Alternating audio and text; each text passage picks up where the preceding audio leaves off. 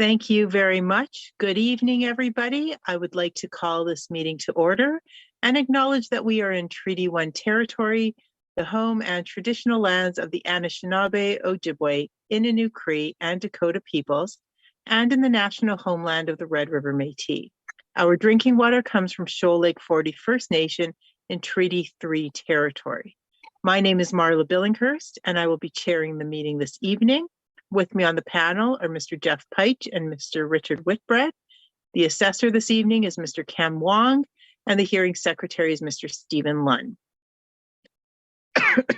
We will be hearing applications for revision of the assessment roll in accordance with the Municipal Assessment Act. The matters for which revision is requested have been described in each application, and we will limit discussion to those matters. The statements that are made at this hearing are sworn testimony, and anyone speaking to the matters must be sworn in. Be advised that comparisons of assessments of properties are not considered evidence of market value by the Board of Revision. The Board of Revision is appointed annually by Council and is independent of it and the City Administration. It makes its decisions on the basis of the evidence provided at this hearing and issues a written order that will be mailed to all parties as soon as possible. Please note that the board's decisions with respect to an application may be appealed to the Manitoba Municipal Board if the matter pertains to assessed value or classification, or to the Court of King's Bench if the matter pertains to the application of exemptions from taxation.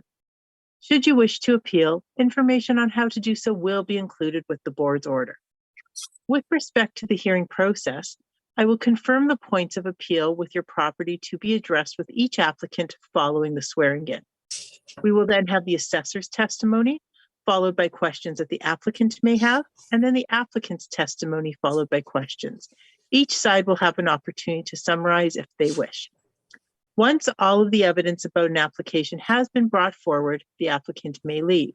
The process will repeat for each item on the docket today, and the session will close after all applications have been heard, and the board will deliberate in private and make its decisions.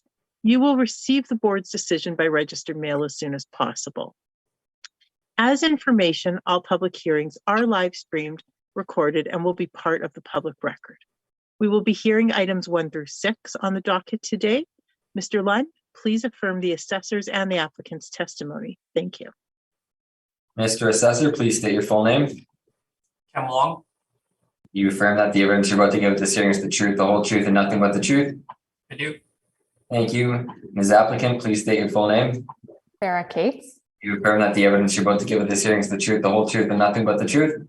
I do. Thank you. Thank you. Thank you very much, everybody. The first matter on our docket this evening is 753 Wolseley Avenue. Mr. Wong, please proceed when you're ready. Okay. The file number is 22-1942. The roll number is 120-900-39000. The address is 753 Wolseley Avenue, and the year and that we're dealing with today is 2023. And the assessed value of $1,380,000. This is a residential apartment that's 3 stories high. It was built in 1912, and it has well, the number of suites on my front page is incorrect. The number of suites is 20 suites.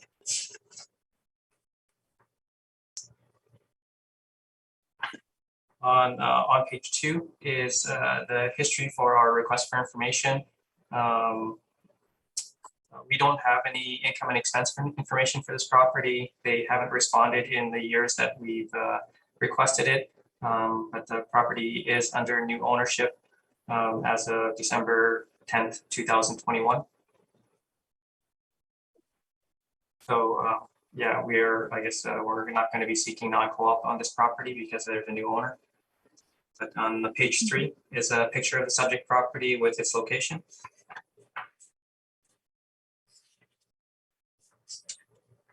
On page 4 is our income valuation summary. We used average rents of $724 to get a potential income of $173,000. We used a 3.2% vacancy to get an effective gross income of $168,000. And we used a 53% expense ratio to get a net operating income of $78,000. kept at 5.7% to have an estimated market value of $1,380,000. Because we don't have any information, income and expense information history, we will be looking to the market to try to support the model. And on page 5 are some rent comparables showing that the rents we've used are in line with what's in the market. On page 6 are the CMHC market rents. Using CMHC market rents, their rent potential for this property is $199,000, but which supports the model's rent potential at $173,000. And in the middle of page 6 are some expense comparables that range from 49 to 56%. This supports the model's expense ratio at 53.25%. On page 7 and 8 is information on how we derived our cap rates, with some cap rate sales that range from 3.6 to 5.74%.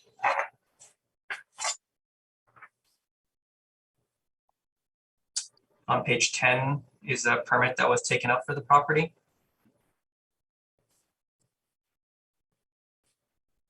It looks like they are planning for some interior and exterior alterations with a declared construction value of $1,500,000. So it looks like they're going to be investing $1,500,000 into the property, as well as the cost to buy the building.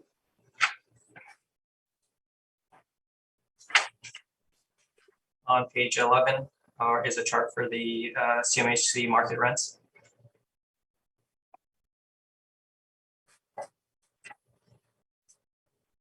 So the model rent expenses and cap rates are supported by the market, and the permit for $1.5 million in work and the purchase price for the property supports the current assessed value. So I ask that you maintain the assessed value at $1,380,000. Thank you very much. Ms. Cates, do you have any questions for Mr. Wong? I do, thank you. So if we turn to your income value summary on page 4, are all of your parameters shown model derived? I believe so, yes. And regarding the vacancy, had you considered increasing the rate used to account for the fact that the building is completely unoccupied? I did not know it was unoccupied. Okay. If we move to your cap rate table on page 7, so in looking at the range that you have for the multifamily cap rates, can you provide any information on the sales that are being used to achieve those rates, such as how many sales were included, how many are in this area, et cetera? No, we are not providing that. And then looking at this property specifically, would you agree that this property is over 100 years old? Yes. And would you agree that this property is wood frame construction? Yes. Would you agree wood frame is generally not as high quality of a construction material as masonry, for example? In my experience, yes, but it seems like people are buying wood frame and concrete block at the same rate. So I'm not sure if it makes as much of a difference as I think it would. Okay. And would you agree that this property has challenges with parking, with either very limited or no parking on the site? I guess if you consider them challenges, I mean, I've never seen an apartment building not sell because it didn't have parking. So I think, yeah, I mean, if you look at it that way, then it can be challenging, but it still rents out, I guess, normally. Okay. And if we turn to your cap rate evidence on page 8, the purpose stated is to show the accuracy of the model, but only 2 of the 6 rates actually fall within the 20th to 80th percentile. Is that correct? I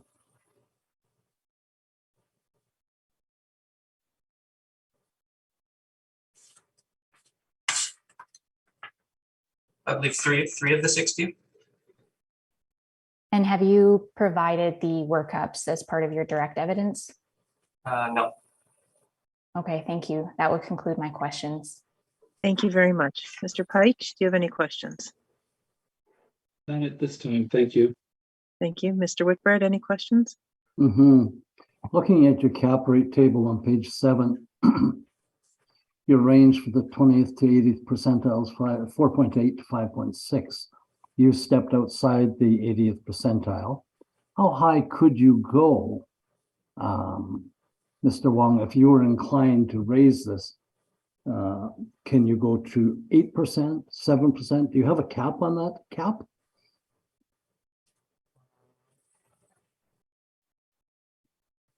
I don't know what the highest cap rate that we have is.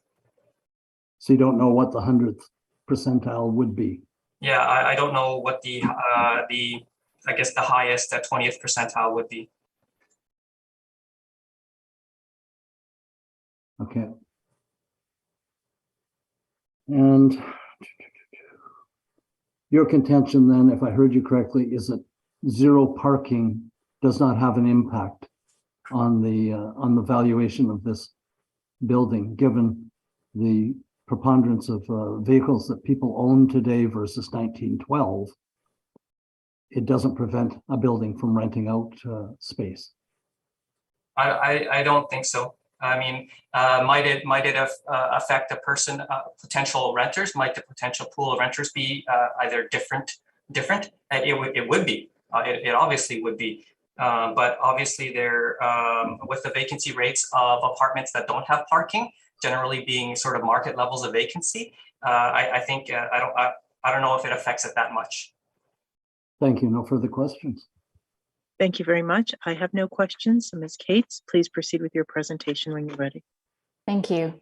So if you turn to page 2 of the brief, you'll see our requested assessment of $937,000, as well as an external photo of the property.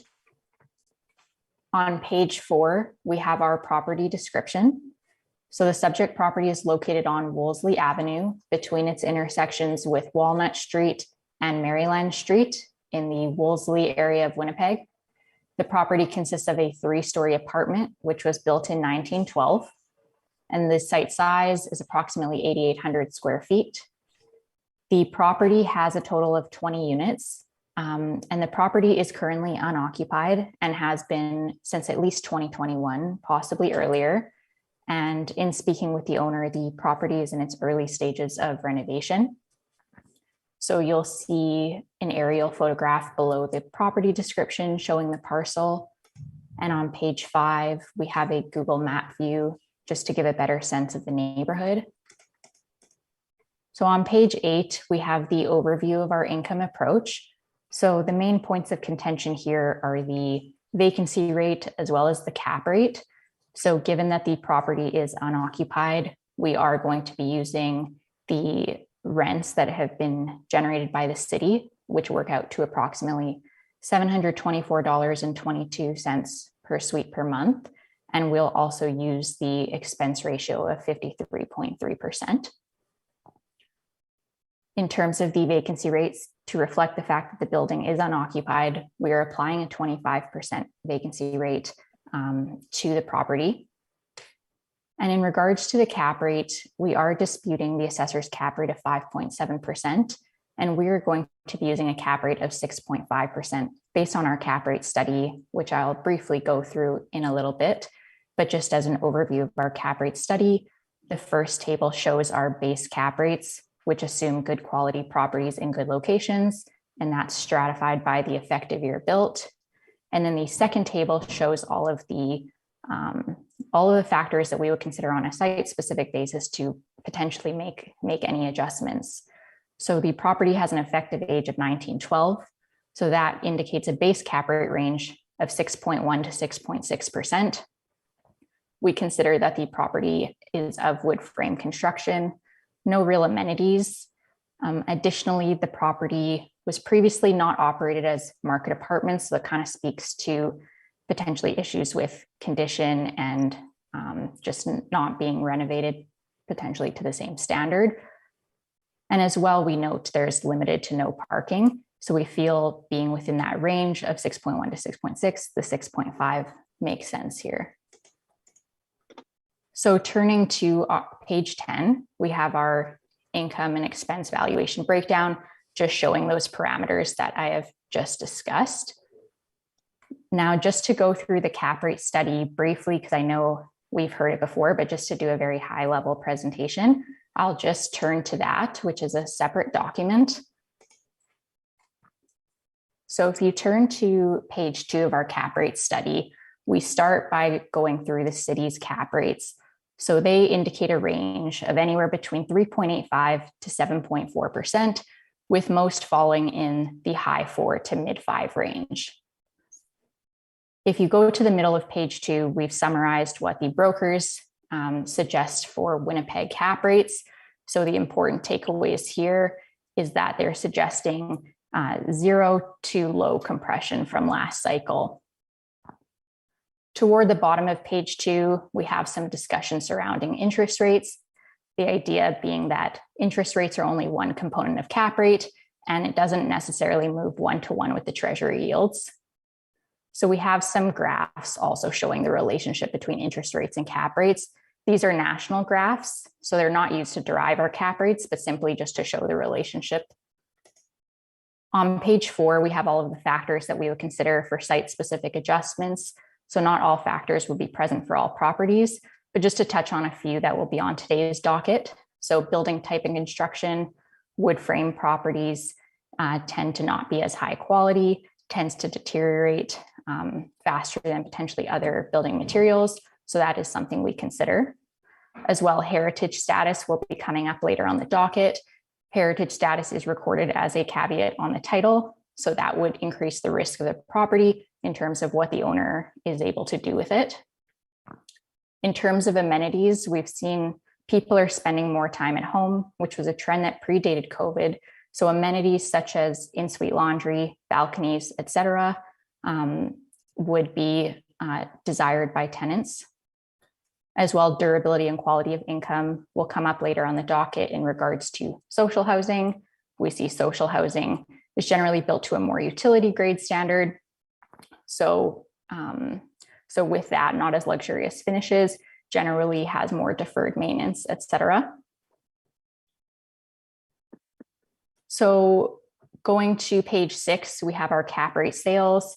The first 3 will be the most pertinent to this cycle, but we've also included some older relevant cap rates just to show the evolution of our position as well as to bolster our age categories. On page 7, at the top, we have a chart which shows sale price per suite, just another metric to look at in our requested values, just to see that everything kind of checks out there. And then toward the middle and bottom of page 7, we have our charts that show up in our briefs, which again, just show the base cap rates as well as any factors that we would consider. So that would kind of cover the bulk of the cap rate study. And then just to touch on what's in the appendices, page 8 is Appendix A. It's just a sampling of city cap rates, just to show that there are differences among similar properties. So clearly there's some level of adjustment, but we're just not sure what that would be.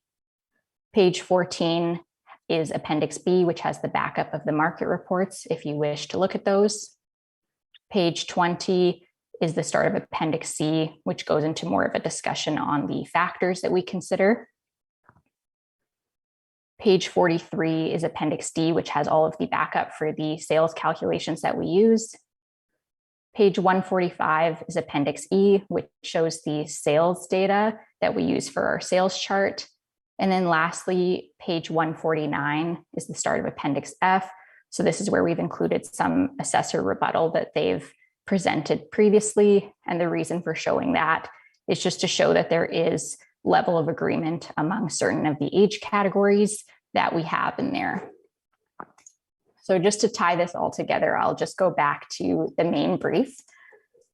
So with our net operating income of $60,878 and our 6.5% cap rate, we get our indicated value of $937,000 rounded, which works out to approximately $47,000 per unit, which makes sense considering that there's going to need to be quite a bit of renovation to get people back into the suites.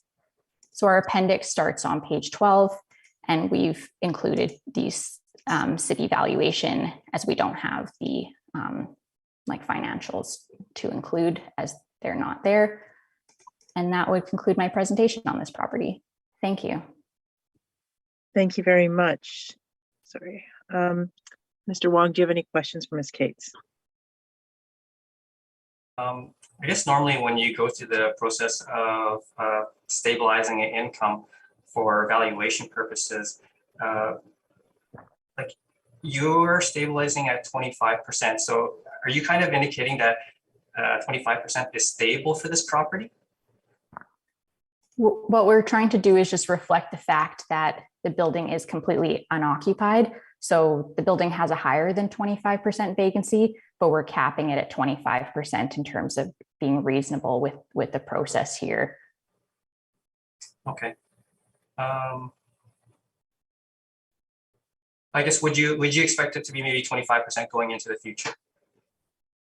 It won't be 25% forever.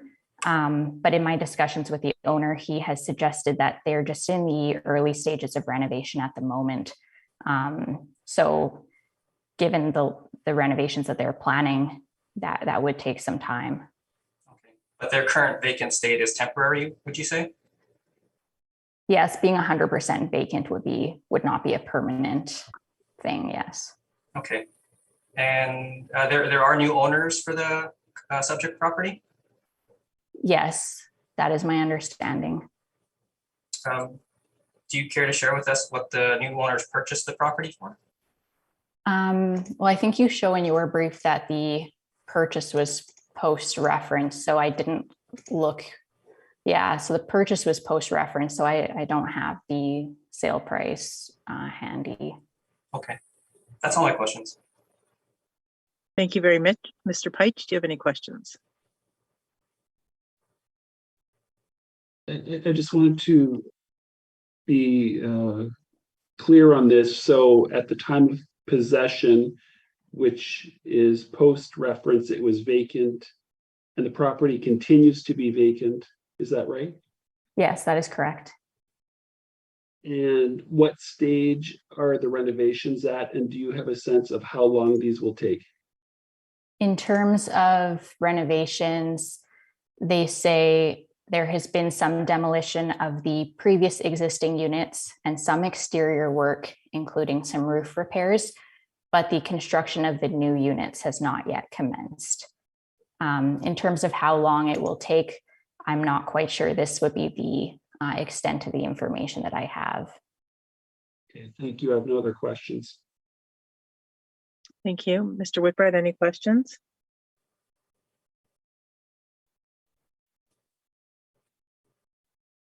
I think you're still muted. Oh, you're on mute, Mr. Whitbread. Sorry about that. Are you familiar with any discussions in assessment circles that would suggest a higher vacancy rate than 25%? Given the history of this particular property, could it be 50 or 60% or even 100%? I think in theory we could go higher, but based on my understanding of the assessments and boards, the 25% is usually a cutoff point. That seems to be the assessment model, doesn't it? It seems. But in theory, it could go higher than 25%. Yeah, I believe so. Thank you for that. No further questions. Thank you very much. I have no questions. Does anyone have a need for summary on this matter?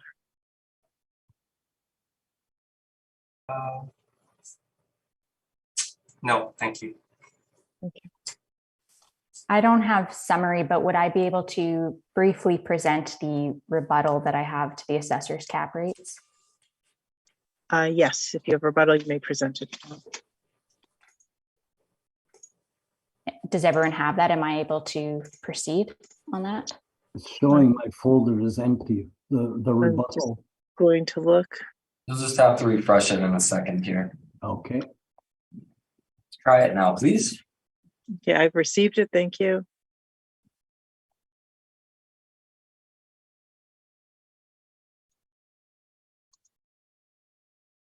I guess, are you sending it to me? Yes, it should come to you by email in a second. Okay. And I now have it. Thank you. Mr. Wong, let us know when you receive it, please. I have it. Okay, so is everyone ready? Okay, Ms. Cates, please proceed. Thank you. So if you turn to page 2, we have the overview of our rebuttal to the McPhillips cap rate. We don't have any new properties on the docket today, so I'll just be brief with this.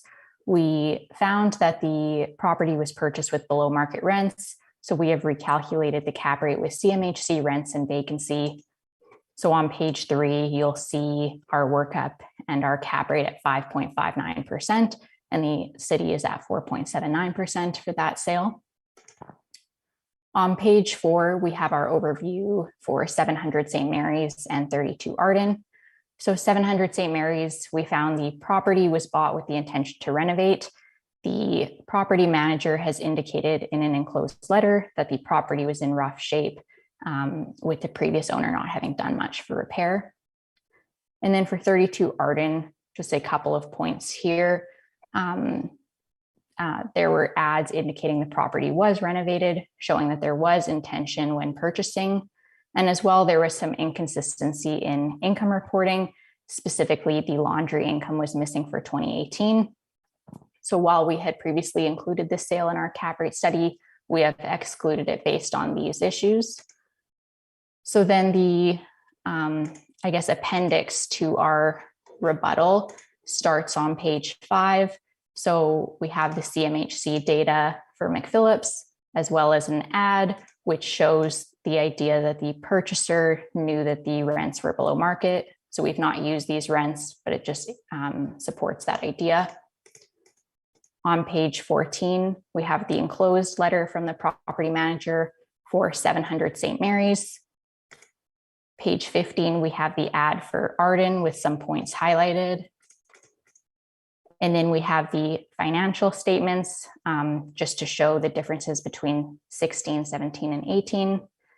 And then lastly, toward the end of this document, we have just a municipal board order, which just speaks And to we are not looking at Okay. previous municipal board or board of revision orders. Thank you. Okay. Okay, so that would conclude my rebuttal presentation. Thank you. Thank you very much. Mr. Wong, do you have any questions for Ms. Cates regarding the rebuttal?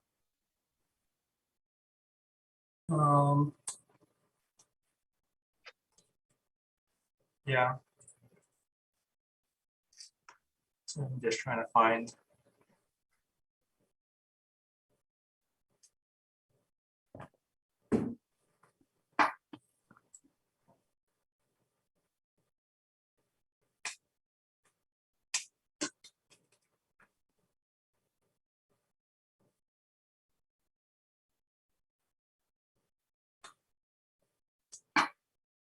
So for, I guess, for 730 or 7390 Phillips, you're indicating that the cap rate is 5.59%.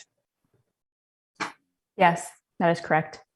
And instead of actuals, you're using CMHC rents for that? We have used CMHC rents in this case since the actuals were below market. Okay. I guess in the advertisement for the sale of the property, are you aware that the cap rate was, the indicated cap rate was 4.75% from the vendor? I am aware that they indicated the 4.75 in their flyer, but that was also with the asking price. So if you use the actual sale price, then it would have been higher than that. Okay, but they indicated a cap rate of 4.75%. But if you use the actual sale price, then it would have been 5%. Yeah. Okay.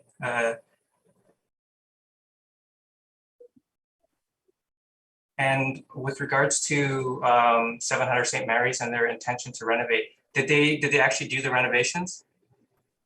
I believe they did some, but he wasn't able to complete all of the renovations that he intended. But they did do renovations such as repainting and replacing the carpeting thus far. Okay, so that was, I guess, the extent of the renovation for 700 St. Mary's?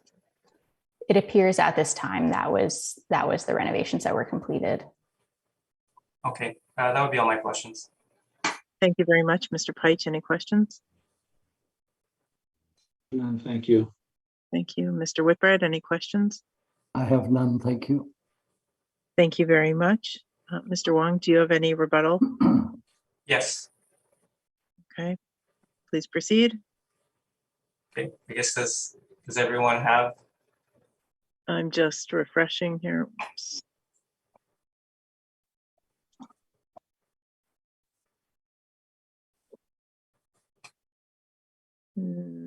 I don't have yours.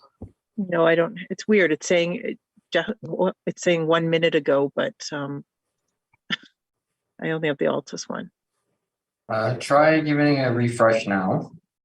Okay.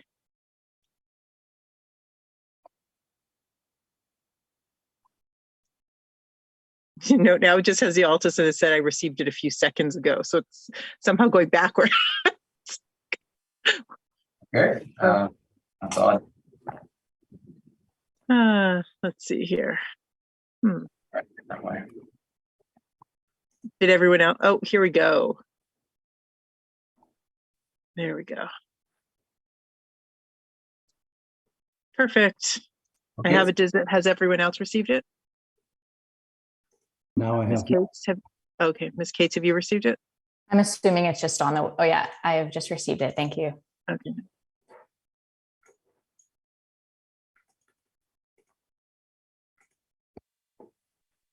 So who has not received it yet? Okay, everyone has it? Okay. Mr. Wong, please proceed. Okay, so on page 2 is a summary of I guess the properties in rebuttal. And I guess starting with 2390 McPhillips, we use their actual income expense information, including the rents that they had in place at the time. That's what was known at the time. And so that's what we used. And you can see on page 3 is the calculation for 2390 McPhillips, working out a cap rate of 4.79%. And that is very similar to what the vendor advertised the property at 4.75%. So we feel, I guess, our calculation of the cap rate is accurate. You go back to page 2.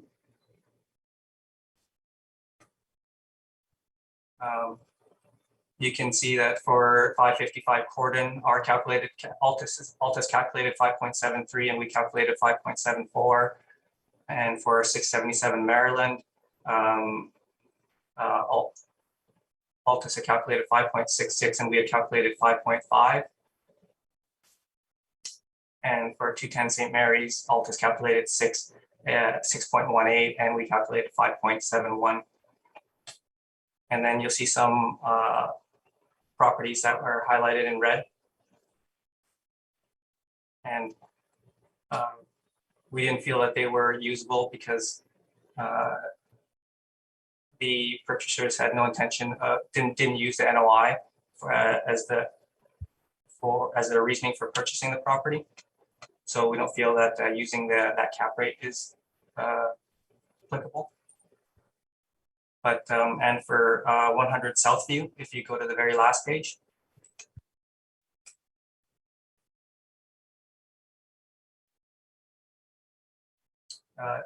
on page 34, you can see that there was no available income and expense mailers prior to 2016. So no actual data to conduct the analysis to support a 5.59 cap.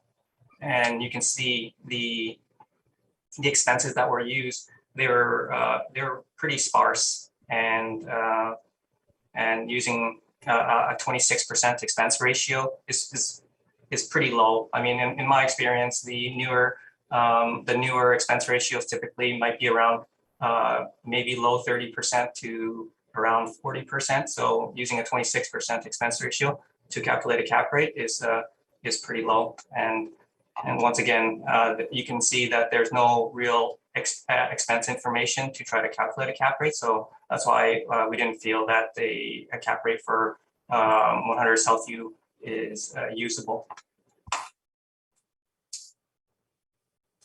So, and the in-between pages are calculations for all the cap rates that are summarized on page 2.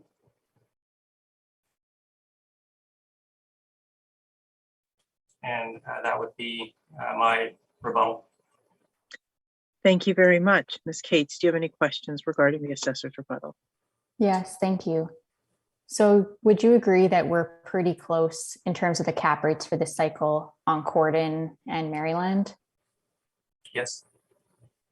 And for McPhillips, would you agree that it would be an atypical situation to have a new apartment where there's still room to increase the rents?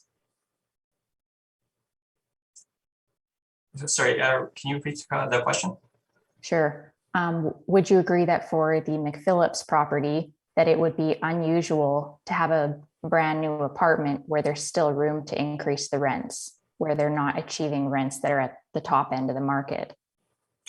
I am not sure. I guess typically how I look at it is they would probably charge as much as they could charge, and that's kind of how I would look at it. I don't know if I have any experience with rents being played with for newer apartment buildings. Okay, thank you. I will leave my questions there. Thank you very much. Mr. Peitsch, any questions? I have none, thank you. Thank you. Mr. Whitbread? I have none either. Thank you. Thank you, nor do I. So I guess, is there a need for summary from either party? Nope. I'm good, thank you. Thank you very much. We may move on to the next matter on the docket, which is 40 Osborne Street. Mr. Wong, please proceed when you're ready.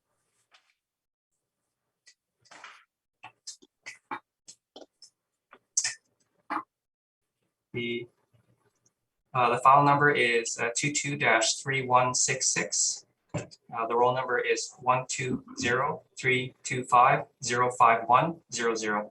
The address is 40 Osborne. The year in appeal is 2023. The assessed value is $5,687,000.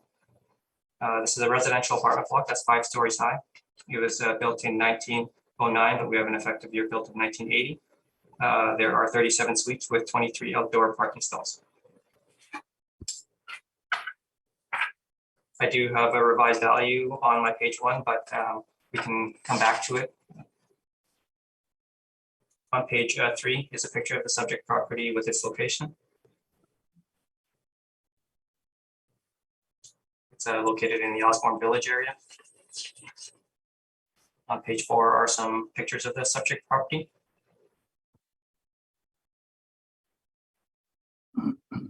On page 5 is our income valuation summary. We use average rents of $1,332 to get a potential income of $591,000. We used a 3.2% vacancy to get an effective gross income of $572,000. We used a 43% expense ratio to get a net operating income of $324,000. Kept at 5.7%, we have an estimated market value of $5,687,000. On page 6 are some rent comparables showing that the rents we use are in line with what's in the market.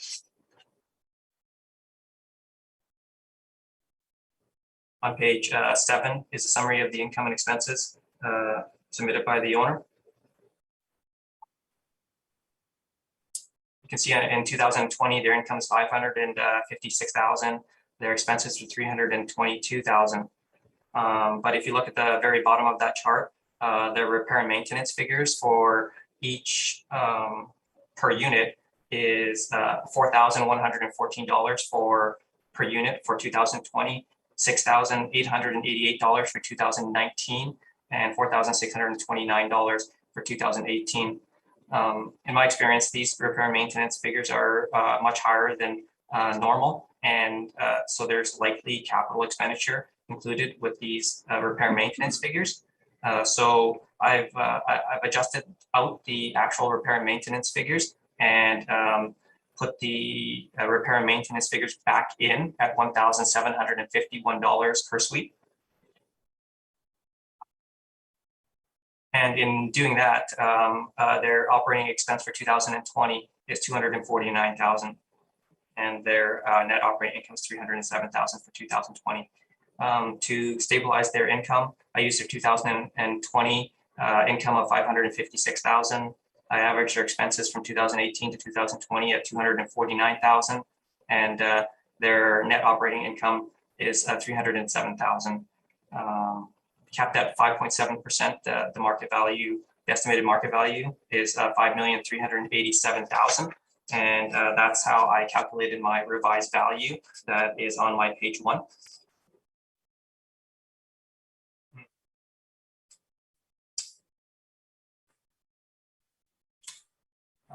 My apologies. I guess it should be $5,388,000 on my page 1.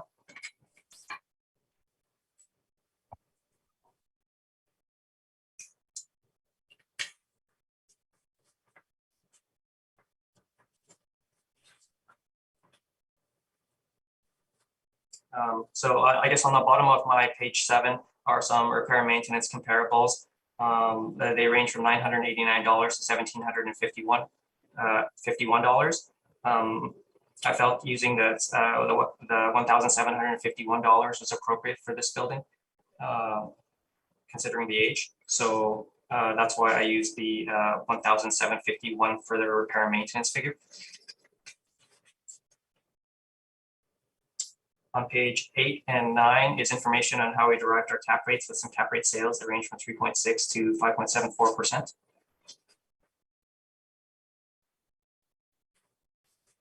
The last couple pages are the income and expenses submitted by the owner.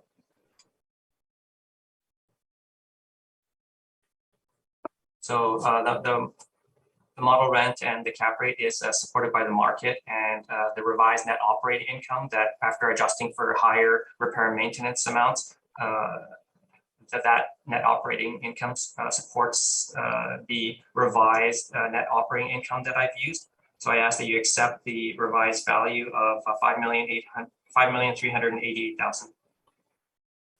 Thank you very much. Ms. Cates, are you accepting the revised assessment? Well, we appreciate the revised assessment. We feel we're still a bit too far apart on the value, so we would like to proceed. Thank you. Thank you very much. Do you have any questions for Mr. Wong? Just a few questions. Thank you. So when we look at the effective year built of the property, it was previously shown as 1944. Is that correct? I am not sure. Okay. And considering that the property was built in 1909, can you comment on what specifically warranted the jump in the effective year built to 1980? I am not sure, aside from, I guess, a lot of work that has been done to the property. But are you aware of anything structural, like with the foundation or anything like that, that would make the property on par with a 1980 property?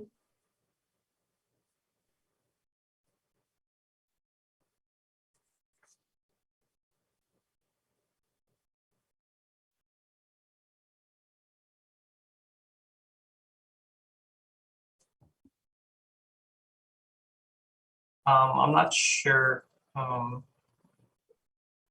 The only thing that I can see right now is I would have to look into the history a little bit more to see exactly what work has been done, but I'm not sure right now. But normally we make these effective age changes due to work that's been done to the property. Okay. And are you aware that this property has a heritage status designation? No. And would you agree that a heritage status designation would make the property riskier since it puts a restriction on the title? It could make it riskier. It depends on how you're looking at it.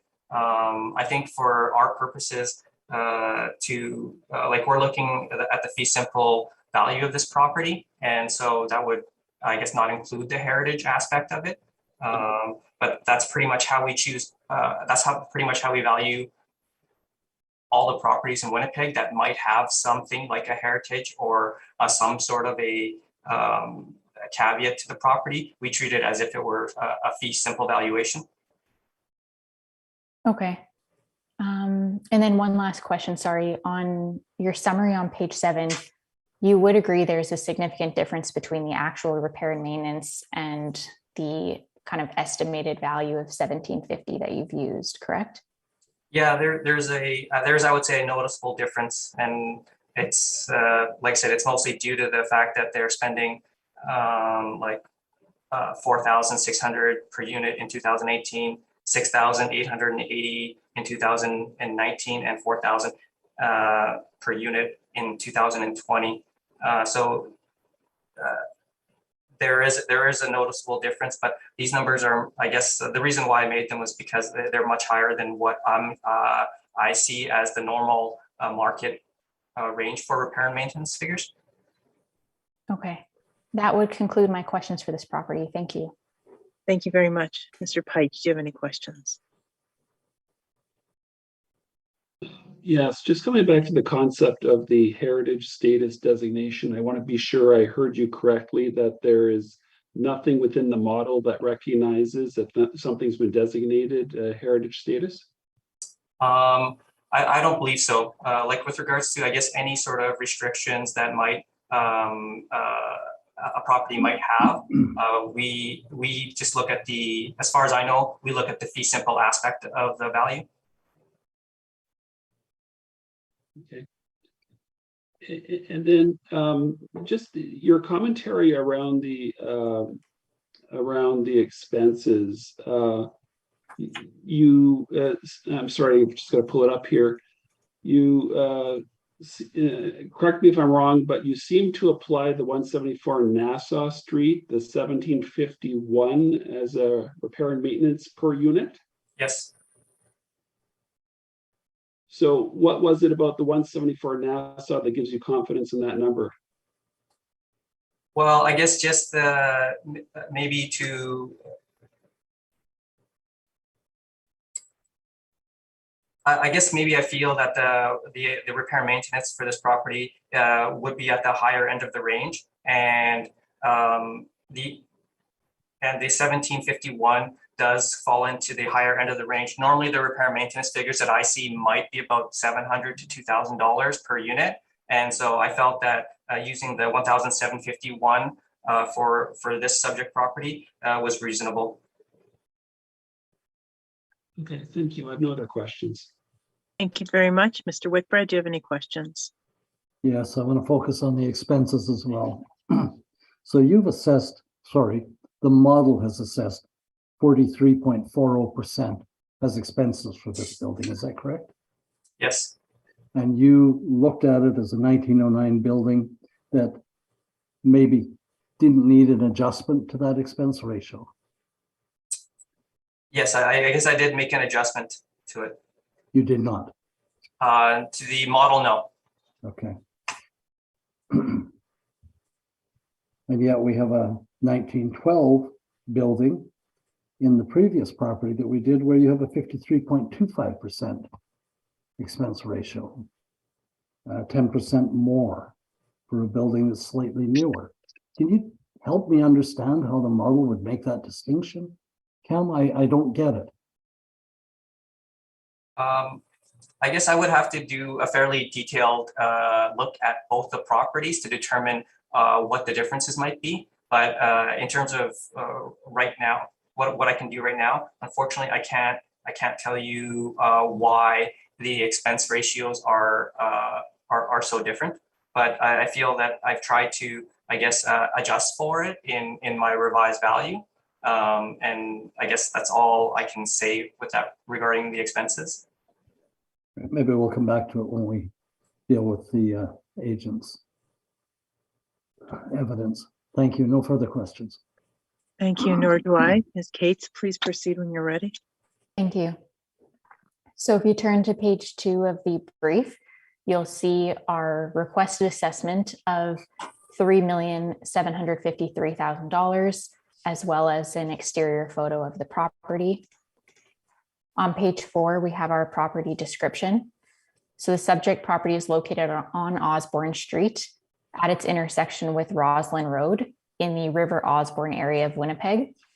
The property consists of a 5-story apartment, which was built in 1909, and at the time of our submission of the brief had an effective age of 1944. We are going to dispute the effective age of 1980. We don't feel it's appropriate considering the building was built in 1909 and without significant structural changes to the property, such as with the foundation, it's not going to be on par with a building that was constructed in 1980. So we are going to continue to use the 1944 effective age in our analysis today. So the site size is approximately 21,200 square feet. The property has 37 units, which includes 3 1-bedrooms, 25 2-bedrooms, and 9 3-bedrooms. And there are 23 outdoor parking stalls noted. So you'll see an aerial view of the parcel. As well, on page 5, we have our Google map view of the neighborhood. On page 8, we have our overview of the income approach.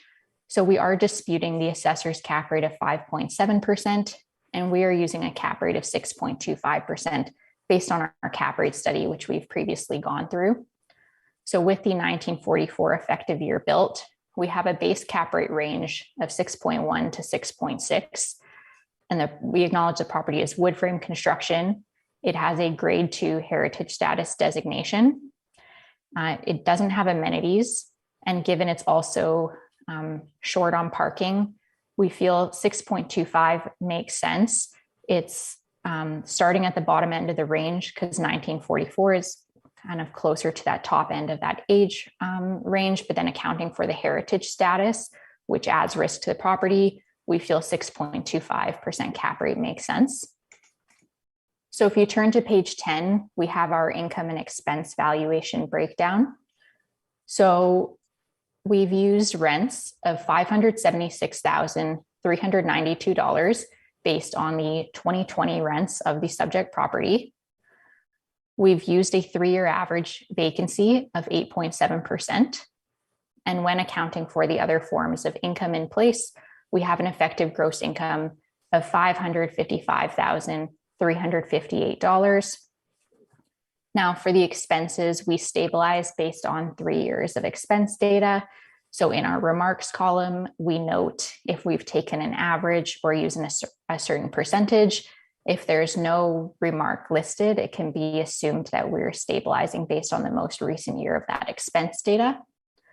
So our expenses include stabilized repair and maintenance of $2,932 per suite.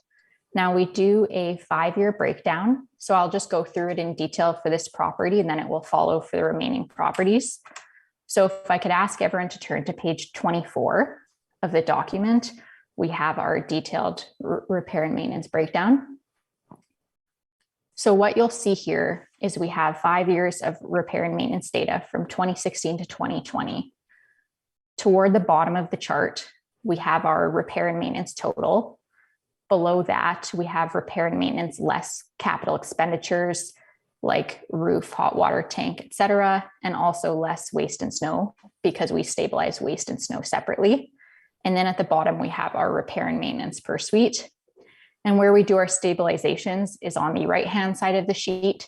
So you'll see that for certain categories, such as flooring replacement, appliance replacement, painting, and counters, cupboards, and carpentry, we have values maxed out there at 500, 225, and 300.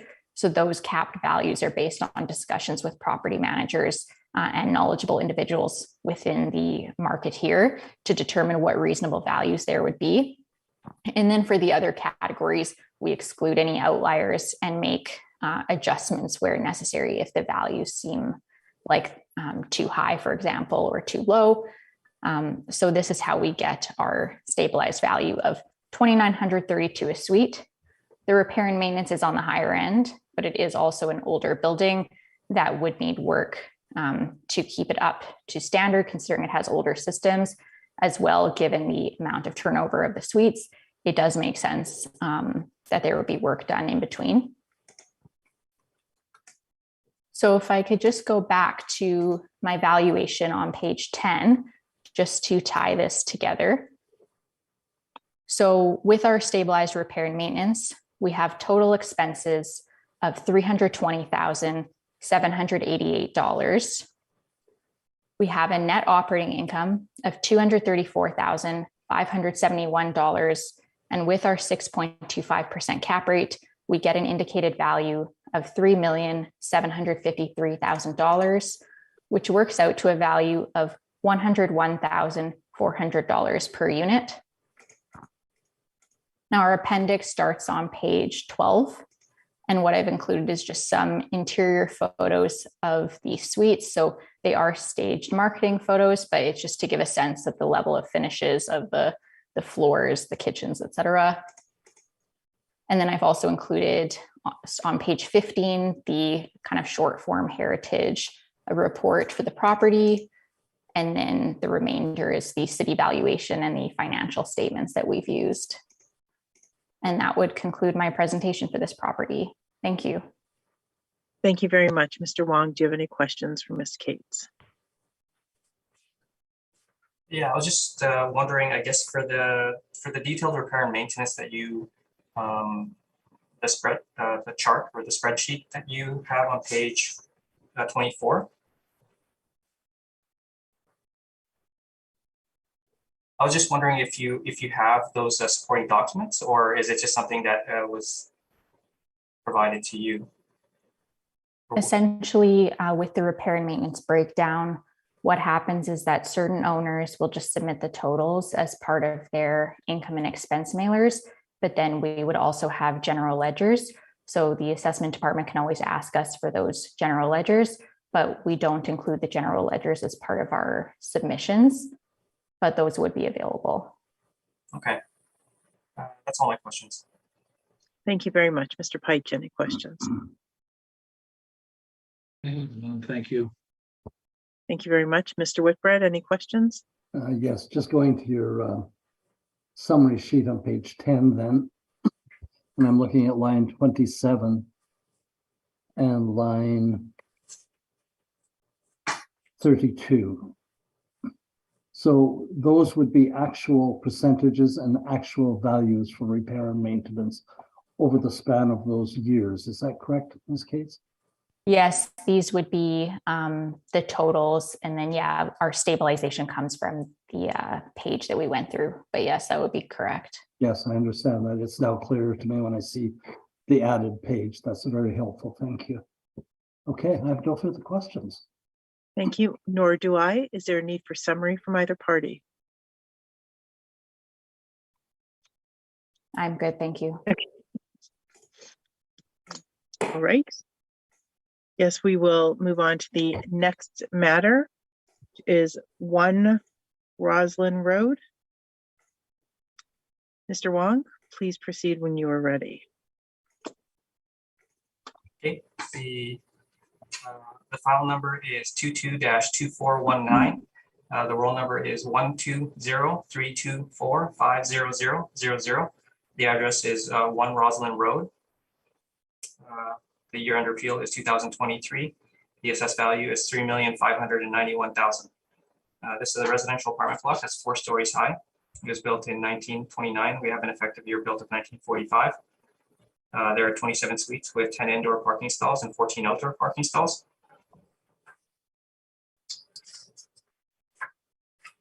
On page 3 is a picture of the subject property with its location.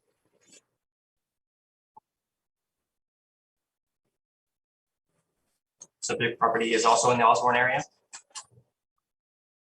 On page 4 is our income valuation summary. We use average rents of $1,340 to get a potential income of $434,000. We use the 3.2% vacancy to get an effective gross income of $420,000. And we use the 49% expense ratio to get a net operating income of $213,000. Kept at 5.95% of an estimated market value of $3,591,000. On page 5 are some rent comparables that show that the rents we've used are in line with what's in the market. On page 6 is a summary of the income and expense submitted by the owner. Their income was 358,000. Their expenses were 181,000, but that included some amortization expense, so which are not normal operating, which are not included in calculating their net operating income. So are removing that from their expenses are 168,000, giving a net operating income of 189,000. That's lower than what the model is estimated at 213,000. So I'd like to propose a revised value of 3,182,000. Sorry, the value on my page 1 is incorrect. It says 3,181,000. It should be 3,182,000.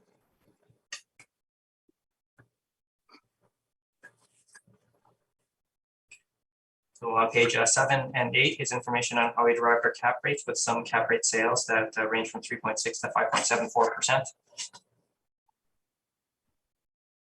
And the last page is the income statement supplied by the owner. So the model cap rate and rent are supported by the market, and the revised net operating income is supported by their actual net operating income. So I ask that you accept the revised value of 3,182,000. Thank you very much. Sorry, I was just making a note from it.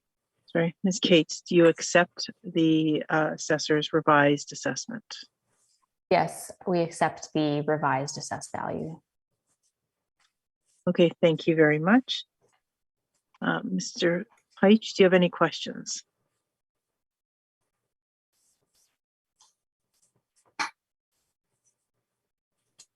Mr. Peich? I have none at this time. No, I have no questions. Thank you. Thank you. Mr. Whitbrad? Yeah, I'm trying to make the numbers work, Mr. Wong, Okay. and struggling. Maybe you can help me a little bit here. So you reduced the rent, and it looks like you dropped it by 16,178. What impact would that have on NOI? I guess it would depend on the expenses, no? Well, if you drop your rents, okay, then let's go to the expenses. Sure. You dropped your expenses by $38,441. What would that do to the NOI? That combination? You're dropping your rent and your expenses. I'm not sure if you, I'm not sure about the percentages, but basically if you subtracted the expenses and you divided it by our model cap rate, that would give you the difference. Say that again. If I subtracted the expenses. No, you were saying that if you drop the income by 16,000, is that correct? You dropped the rent by 16,000. Are you trying to understand how I made the revised value? Well, I know, I see the new NOI. Yes. But I can't arrive at it as you've got it here. Okay. Go ahead. If you go to my page 6. That's where I am. And so their income is 358,000.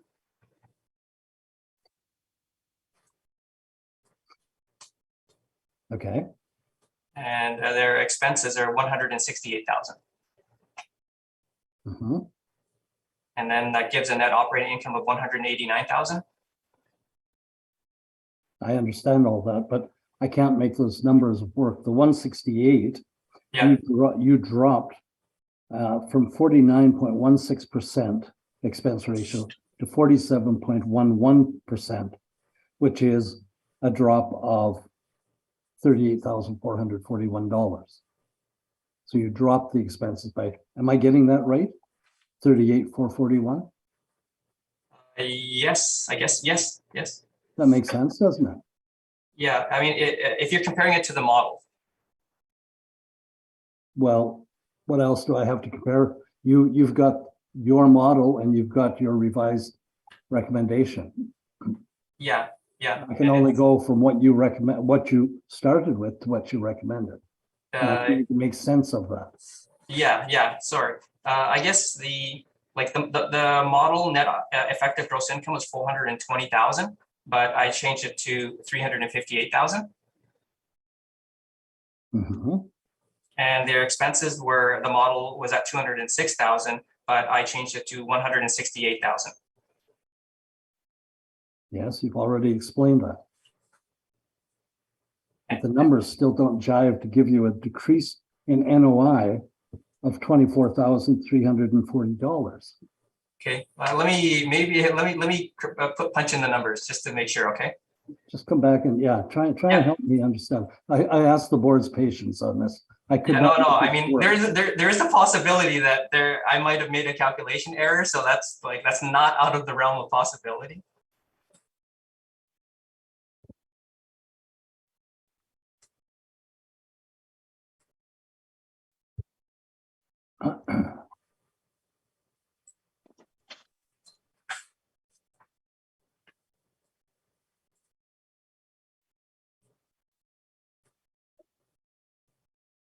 Yeah, so basically the calculation that you see on page 6 should be correct.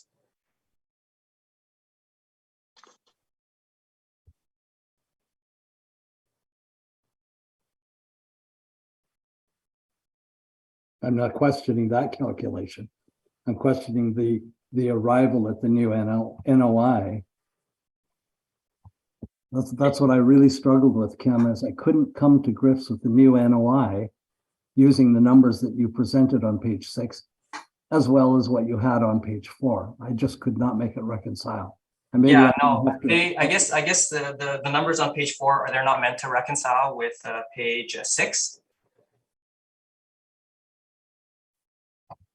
Yeah, what I'm saying is, like, when I look at their 2020 information, their net operating income seems to be lower than what the model has estimated. So I'm recommending a revised value based off of the lower net operating income. Yes. And so yeah.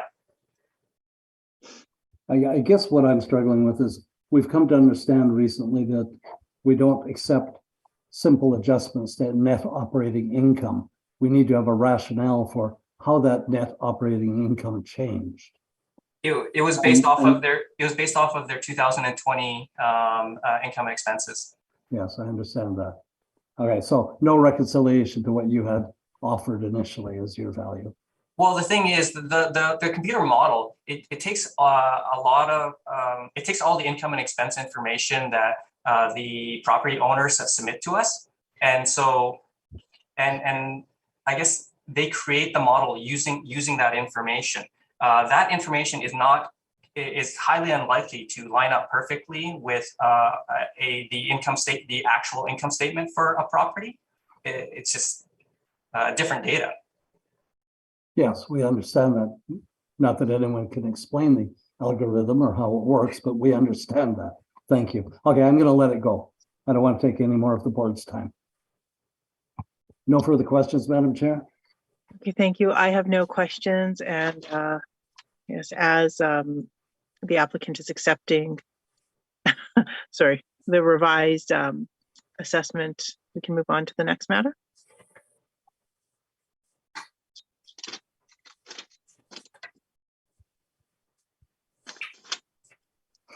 All right, the next matter on the docket is 81 Roslyn Road. Mr. Wong, please proceed when you're ready. Okay, the file number is 22-2421.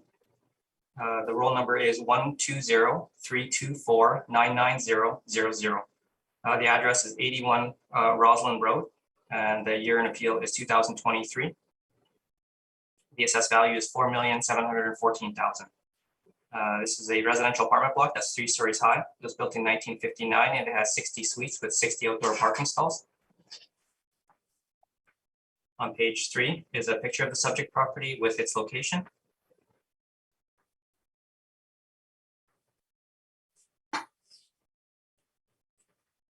On page 4 is our income valuation summary. We use average rents of $854 to get a potential income of $615,000. We use a 3.2% vacancy to get an effective gross income of $595,000. And we use a 51% expense ratio to get a net operating income of $287,000. Capped at 6.1%, we have an estimated market value of $4,717,000. On page 5 are some rent comparables showing that the rents we've used are in line with what's in the market.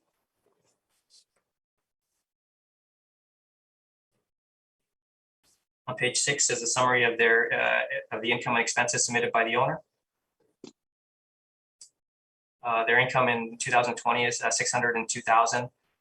Their expenses were $1,133,000. But that included some mortgage expense, and so removing the mortgage expense, their expenses are $1,005,000, resulting in a loss of $402,000. It looks like they've had some major expenditures in 2020. So to try and stabilize their income, I used their 2020 income of $602,000. I averaged their expenses from 2018 and 19 at $306,000. The resulting net operating income is $296,000.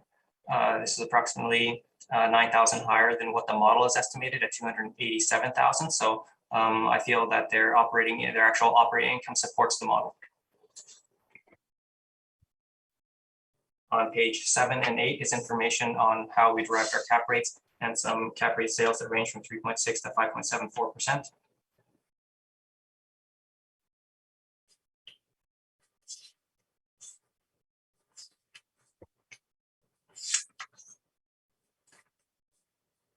The remainder of my brief are the income statements supplied by the owner. So the model rent and cap rate are supported by the market, and when their actual net operating income also supports the model's net operating income. So I ask that you maintain the assessed value at $4,717,000. Thank you very much. Ms. Cates, do you have any questions for Mr. Wong? I have no questions. Thank you. Thank you, Mr. Pike. Sorry, I'm a bit slow on that mute button. I'm sorry. I'm back on the cap rate. I'm just comparing what we've seen tonight, and now I'm seeing a cap that's higher than you presented previously. What is the risk in this property?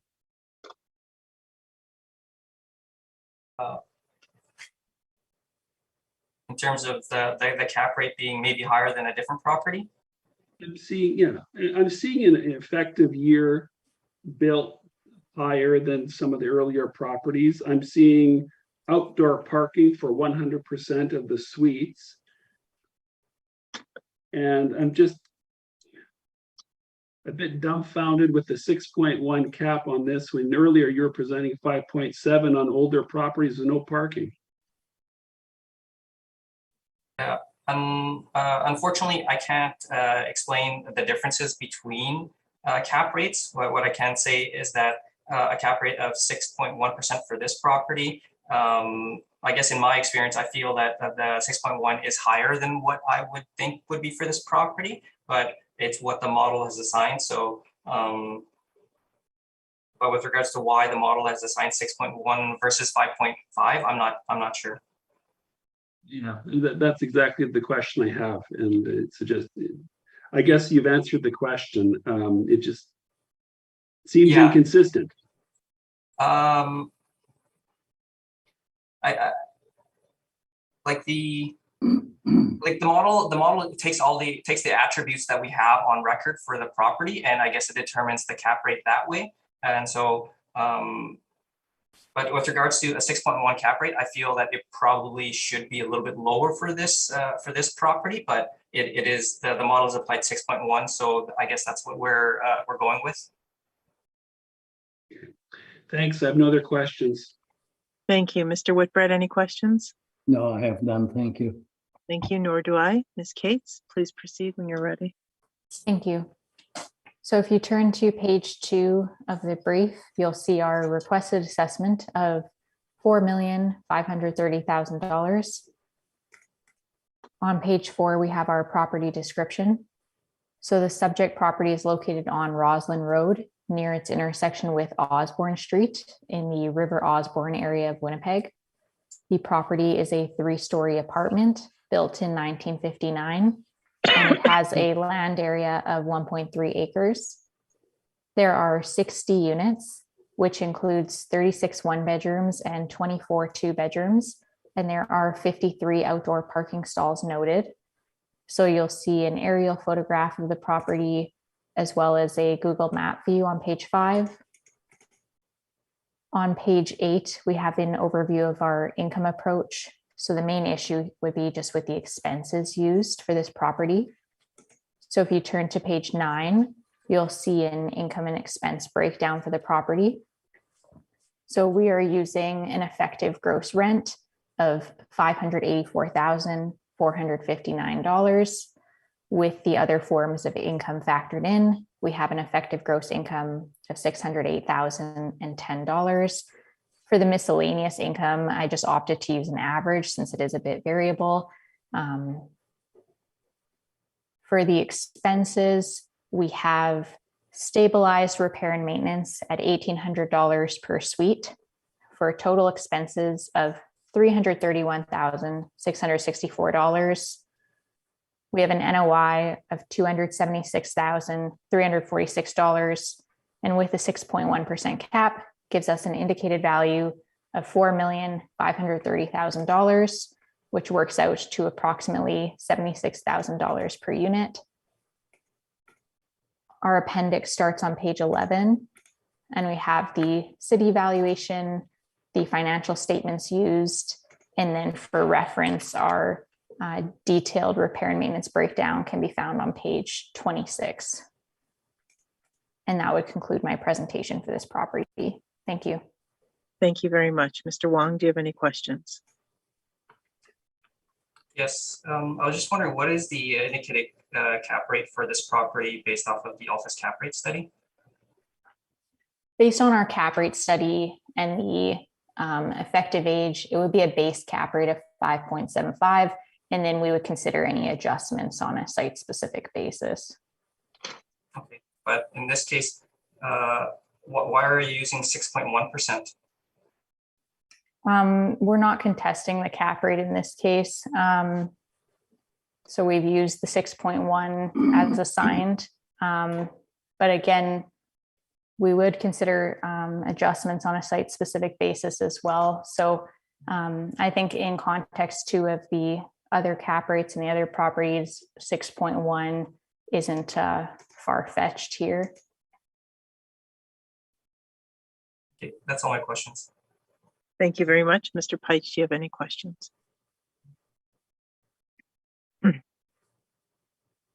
No, thank you. Thank you very much. Mr. Whitbread, any questions? Given a 184,000 difference in valuations, is there any effort to discuss with Mr. Wong a settlement on this property? No, I wasn't able to reach out to him to discuss a settlement on the property. Just a time management thing? Yes. Okay. Thank you. That's all I'll ask. Thank you. I have no questions. Is there a need for, a need for summary from either party? Well, thank you. I am good. Thank you.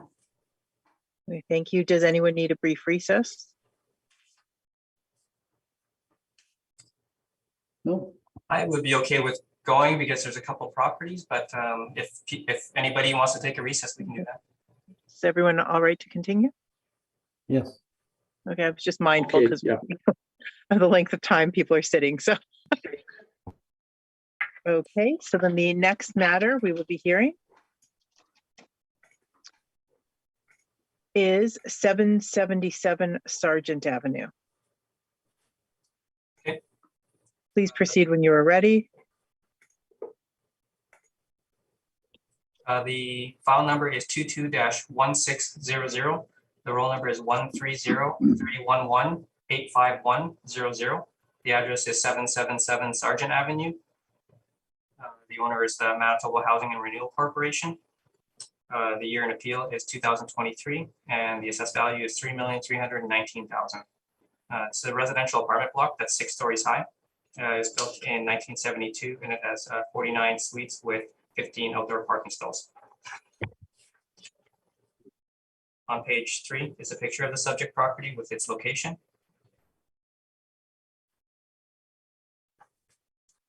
It's located near Sargent and Arlington.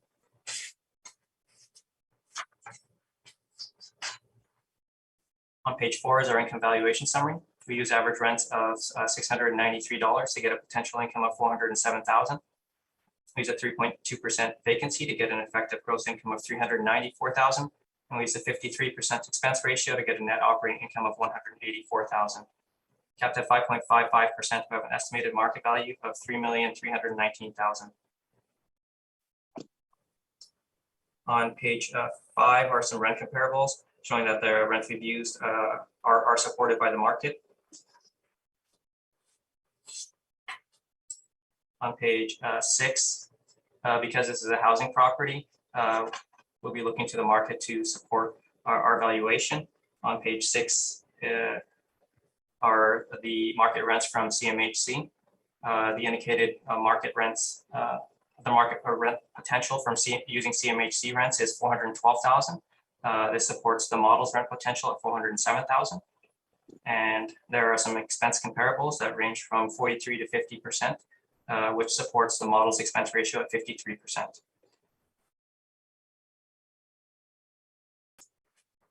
On page 7 and 8 is information on how we derived our cap rates, and some cap rate sales that range from 3.6 to 5.74%.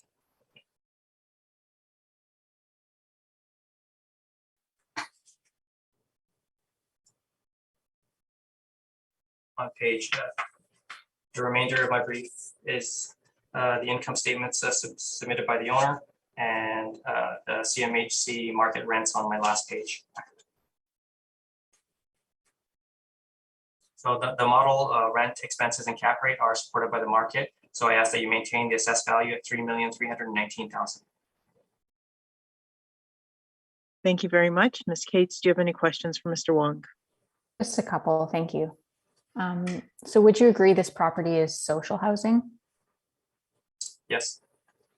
And would you agree social housing properties are generally built to a more utility grade standard with no amenities compared to market apartments? In my experience, they seem to be built slightly different to regular apartments. And would you agree that social housing properties also tend to run higher expense ratios relative to their income stream compared to market apartments? I would agree, and that's kind of why we don't use social housing rent or income, because the rents are not representative of market and the expenses are not representative of market either because they're so high. Okay, thank you. That would conclude my questions for this property. Thank you very much. Mr. Peich, do you have any questions? I have none, thank you. Thank you. Mr. Whitbread? So when you say that the markets aren't or the rents are not representative of market value, does that mean that they have subsidized rents in this building? I don't have any information on that, but basically the rents for social housing, they're typically below market, and so they wouldn't be very useful for trying to calculate a market value. So it would have nothing to do with the subsidies. No. I mean, sometimes they do have subsidies, and sometimes they don't. But we can't tell that, can we? Because we don't have mailers from this. Well, I mean, the one mailer that we do have, it's blank. So yeah, that's what I'm saying. Okay. No, those are my two questions. Thank you very much. I have no questions. So Ms. Cates, please proceed when you're ready. Thank you. So if you turn to page 2, you'll see our requested assessment of $3,070,000. On page 4, we have a property description. So the subject property is located on Sargent Avenue at its intersection with Home Street in the Daniel McIntyre area of Winnipeg. The property consists of a 6-story apartment that was built in 1972. And there is a land area of approximately 11,000 square feet. The property has 49 units, which includes 38 bachelor units and 11 one-bedrooms. And there is limited parking on the site. I estimated approximately 5 parking stalls. You'll see an aerial photograph of the property, as well as a Google Map view of the neighborhood. So if you turn to page 8, you'll see an overview of our income approach. So the property is social housing. So as such, they're not achieving market rents. So we understand that the city's rents are a factor of CMHC rents. So we will also use those in our valuation, and that comes to approximately $694 per unit. Additionally, since it's social housing, it will not have market levels of vacancy generally. So we have applied a market vacancy rate of 3.2% as assessed, and we'll use expenses of 53.3% as assessed. So following from that, it is a cap rate issue for this property. So if you turn to page 9, you'll see the overview of our cap rate. So we are disputing the assessor's cap rate of 5.55%. And we are using a cap rate of 6% based on our cap rate study. The property has a base cap rate from 1972, the property has a base cap rate of 5.5%. And we note the different factors that we were considering in our adjustment. In regards to social housing, we do make an adjustment to the cap rate depending on the persistence or absence of a few characteristics. So for low income tenancy, we will always make an adjustment. And then in terms of other factors, we consider locational factors, age of the building, et cetera. So for this property, considering it is social housing, the location has some challenges, and as well, the suite mix is geared toward small suites such as bachelor and one bedrooms. And in our cap rate study, we point to the trend toward larger suites. So we feel a 0.5% adjustment to 6% makes sense for this property. So page 11, we have the overview, which just shows the breakdown of those figures. So with the NOI of $184,189 and a 6% cap rate, we get an indicated value of $3,070,000, which works out to approximately $63,000 per unit. And the remainder of the report has the city valuation as well that we looked at, and that's in the appendix. And that would conclude my presentation for this property. Thank you. Thank you very much. Mr. Wong, do you have any questions for Ms. Cates? No questions. Thank you. Mr. Peich? Thank you. Thank you. Mr. Whitbread? I have none, thank you. Thank you, nor do I. Is there a need for summary from either party? Thank you. I am good, thank you. Thank you. We can move on to the last matter on the docket this evening. 785 Beverly Street. Mr. Wong, please proceed when you're ready. The file number is 22-1513. The roll number is 130-315-80100. The address is 785 Beverly Street. The year under appeal is 2023, and the assessed value is $1,700,000. This is a residential apartment block that's 3 stories high. It was built in 1973, and it has 24 suites with 12 indoor parking stalls and 8 outdoor parking stalls. On page 3 is a picture of the subject property with its location.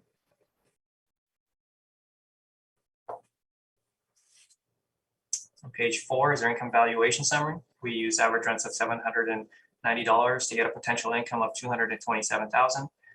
We used a 3.2% vacancy to get an effective gross income of $220,000.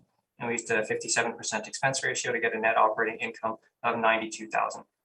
Capped at 5.45%, we have an estimated market value of $1,700,000. On page 5 are some rent comparables showing that the rents we've used are in line with what's in the market. On page 6 is a summary of the income and expenses submitted by the owner. In 2020, their income was $223,000. their expenses are 208,000, but that included some amortization expense. So removing the amortization and interest expense, their expenses are 135,000 and their net operating income is 87,000. The 87,000 net operating income is lower than what the model is estimated at 92,000. So I'm recommending a revised value of 1,608,000 based off of the 87,000 NOI.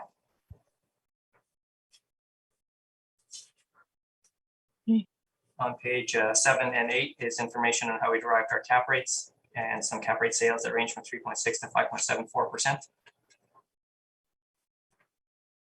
And the last page of my brief is the income statement supplied by the owner. So the model rent and cap rate is supported by the market, and the revised net operating income is supported by their actual net operating income. So I ask that you accept the revised value of 1,608,000. Thank you very much. Ms. Cates, do you have any questions? I have no questions. Thank you. Mr. Peich? No questions? Okay. No questions. Thank you. I saw you shaking your head. So, Mr. Whitbread, any questions? I'm wondering if Ms. Cates accepts the recommendation. We appreciate the recommendation. I think there's still a bit more room on the cap rate, so I would like to proceed. I have no other questions. Thank you. All right, thank you. Mr. Whitbread took my question, so we can move on to your presentation, please, Ms. Cates. Okay, sounds good. I will keep it brief because we're not extremely far off on the income. I just think there's a bit more room on the cap rate.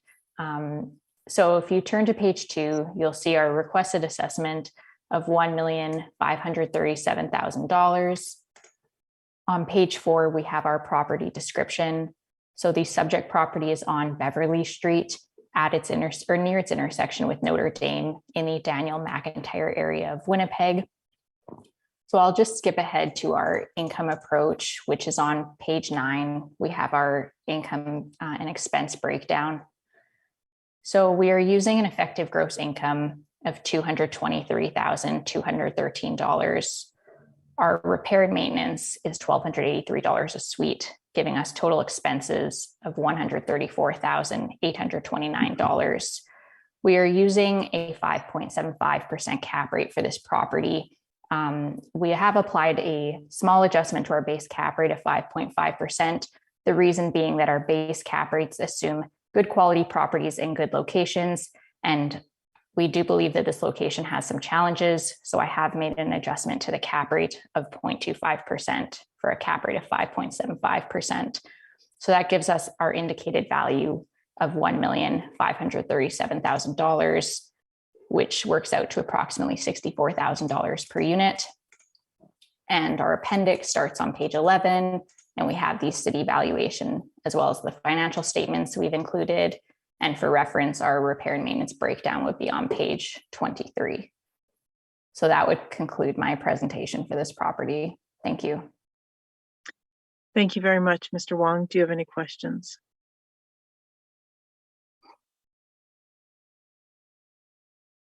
No questions. Oh, sorry. Okay, thank you. Mr. Peich, any questions? None. Thank you. Thank you. Mr. Whitbread, do you have any questions? I have none. Thank you. Okay, thank you, nor do I. Is there a need for summary from either party? Oh, thank you. I'm good, thank you. All right, well, thank you very much, everybody. We have heard all the items scheduled, and this hearing is now adjourned. So have a good evening, everybody. Thank you. Thank you. Have a good night. Good night. Thank you.